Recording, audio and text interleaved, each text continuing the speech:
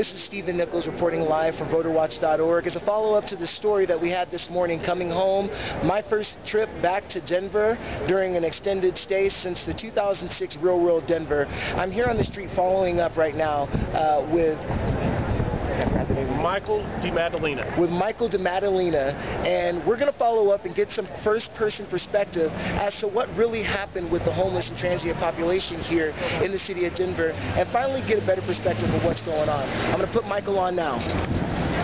Michael, thank you for coming on. This is VoterWatch.org. We're all about government transparency. I spent the last 2 years being on television on MTV, doing a show here in Denver called The Real World Denver, and I appreciate your time. I'm going to ask you just a few questions, and if you can just speak loudly and clearly directly into the camera and tell us your perspective about what's going on here on the ground in Denver.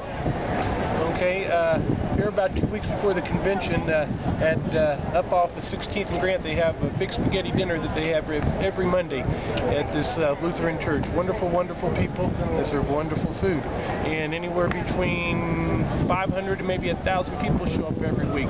And just by coincidence, before the convention started, they were giving out free haircuts to people half a block away from the spaghetti dinner over there to clean people up. A lot of the transient people, a lot of the homeless population here in Denver has stayed away from down here 16th Street Mall and away from Civic Center Park and Skyline Park, where the majority of them usually are every day because of the repercussions. They were warned. They had police come down to the rescue mission and make statements to hundreds of people that sleep in there every night, you know, what was going to be going on, and if they were to get caught up down here, that, you know, the consequences they would face would be going to jail, you know. And so people had stayed away, and that's why you haven't seen very many of them down around here. Okay. But, they are here. About approximately how many homeless people typically live in the downtown area? In the downtown area and the surrounding area around it, anywhere between 1,000 and 1,500, I would say.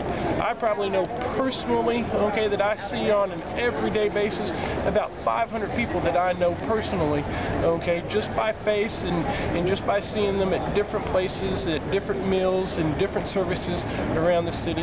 About 500 people.